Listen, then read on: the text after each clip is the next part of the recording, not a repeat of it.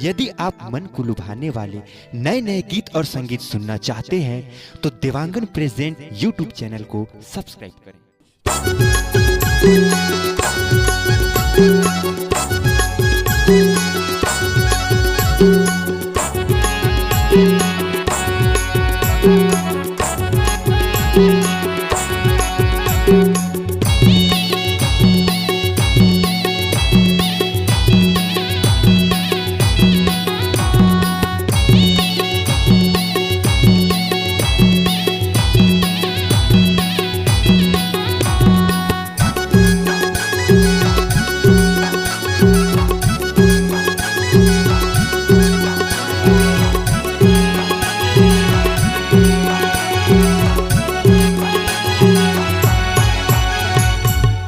संगे कर लेना माया के बतिया, तिलक बात सुन लेना लगा हूँ छतिया।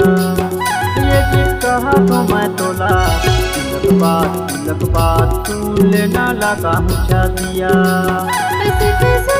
मैं दिल के बतिया, तो परदेसी रजाने लगो छतिया।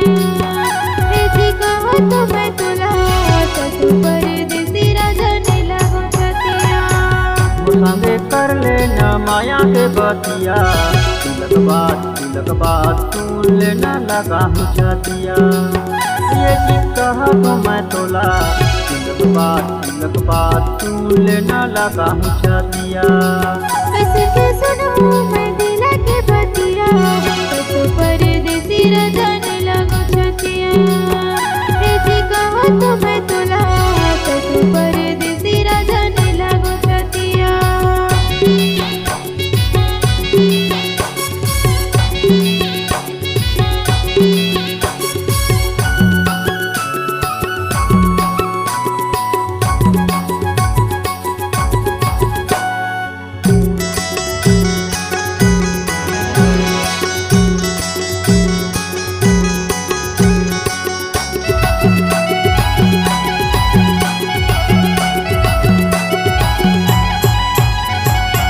तोरदाई दाऊ से पूछे हो बिहाव कर हूँ, तोला तो बिहाव कर हूँ, तोला तो बिहाव कर हूँ रे। तो परदेसी राजा कैसे के बिहाव करूँ, मोला तो भरोसा नहीं है, मोला तो भरोसा नहीं है रे। या मैं खा के कहता हूँ तोला, तिलक बात सुन लेना लगा हूँ छतिया। ये जी कहता हूँ तोला, तिलक बात सुन लेना लगा हूँ छतिया। कैसे सुनो मैं दिल के बतिया, तो परदेसी रजाने लगो छतिया। ऐसी कहा तो मैं तोला, तो परदेसी रजाने लगो छतिया।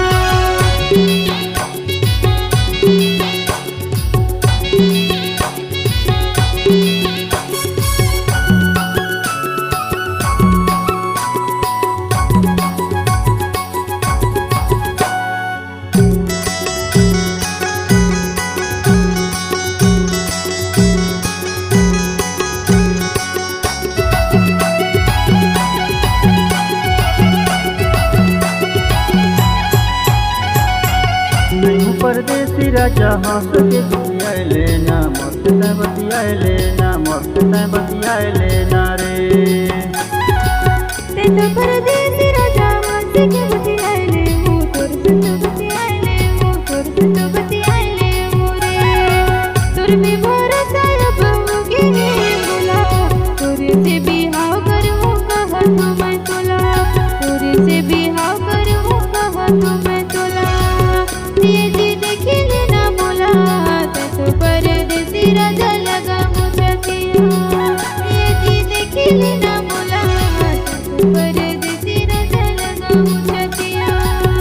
संगे कर लेना माया के बतिया, तिलक बात सुन लेना लगा हूँ छतिया। ये जी कहा तो मैं तोला, तिलक बात सुन लेना लगा हूँ छतिया।